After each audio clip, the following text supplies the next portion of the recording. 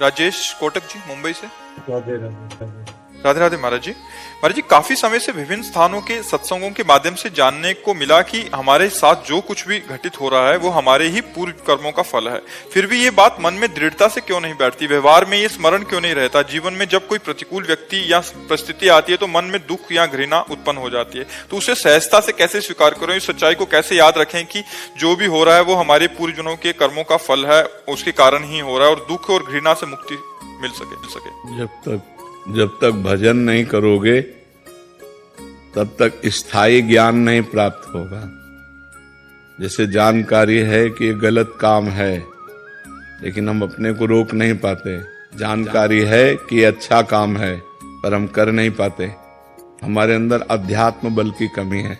हमें जानकारी हो चुकी है सत्संग के द्वारा कि अवश्य में भोक्तव्यम कृतम कर्म शुभाशुभम। जीव को शुभ अशुभ कर्म को जो किए हैं उनका फल भोगना ही पड़ेगा, पर हमारे अंदर अध्यात्म बल नहीं है, इसलिए मुझसे स्वीकार नहीं कर पाते। अध्यात्म बल नहीं है, इसलिए उसे हम सह नहीं पाते। यदि अध्यात्म बल हो तो बड़े से बड़े दुख को भी मुस्कुराकर हम सह सकते हैं। सबको पता है कि शरीर नहीं हूं मैं, शरीर से कुछ अलग हूं, लेकिन शरीर में अगर एक चींटी काटेगी तो वैसे ही कष्ट होगा। तो सच्चा ज्ञान तब होता है जब भजन करे। नाम जितना जप करोगे उतने आप में आध्यात्म बल आएगा। नानक नाम जहाज है, चढ़े सो उतरे पार। नाम रूपी जहाज पे चढ़ गए तो सब संशय, दुख, चिंता, शोक इन समुद्र से पार हो गए। भजन नहीं करोगे, पता है ये नहीं करना चाहिए पर करोगे, पता है ऐसा करना चाहिए पर वो नहीं कर पाओगे। भजन चाहिए, प्रधान कमी है भजन की।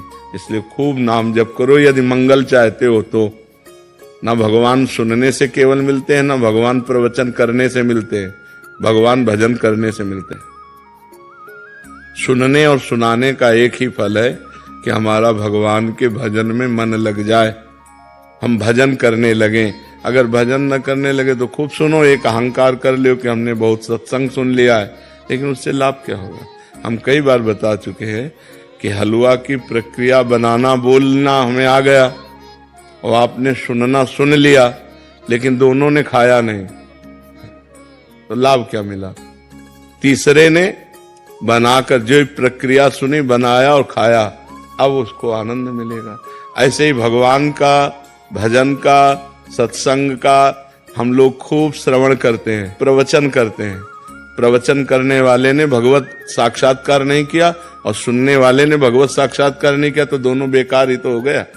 हलवा की केवल प्रक्रिया बोलना या केवल सुन लेने से तृप्ति नहीं होगी, भूख नहीं मिटेगी। बनाओ फिर डट के खाओ, तब उससे तृप्ति होगी। तो ऐसे डट के भजन करो, हट के भजन करो, भोगों से पाप से हट के भजन करो और खूब जिद्दी स्वभाव रख के डट के भजन करो, अभी आनंद आ जाएगा। केवल सुनने से काम नहीं चलेगा, खूब नाम जप करो, तब उससे लाभ प्राप्त होगा। सीमा शुक्ला जी, कोलकाता से। राधे राधे।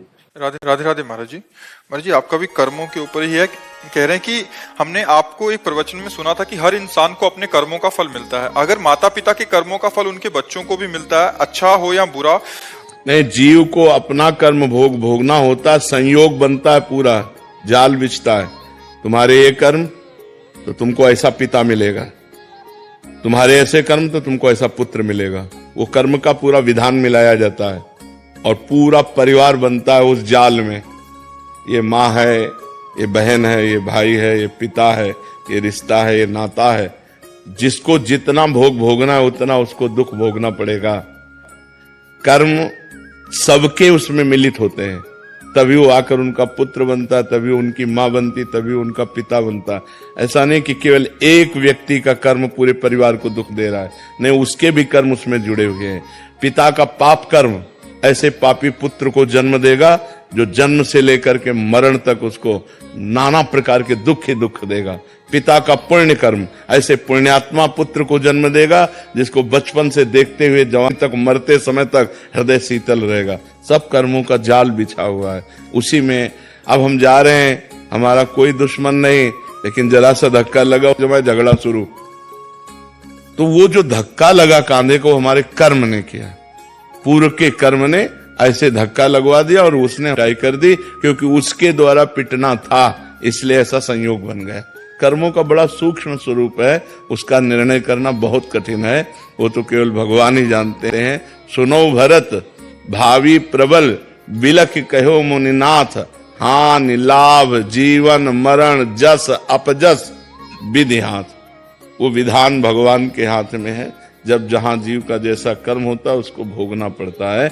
और एक कर्म के साथ बहुत से कर्म जुड़े हुए होते हैं, माता का कर्म, पिता का कर्म, भाई का कर्म, बहन का कर्म। तो अब एक ने गलती की और सबको दुखी होना पड़ा, उनको अपने अपने कर्मों का फल भोगना पड़ रहा है, क्योंकि वो ऐसा ही कर्म करेगा कि पूरा परिवार जले, वो ऐसा ही कर्म करेगा कि पूरा परिवार गर्वित हो, आनंदित हो। ये कर्मों का जाल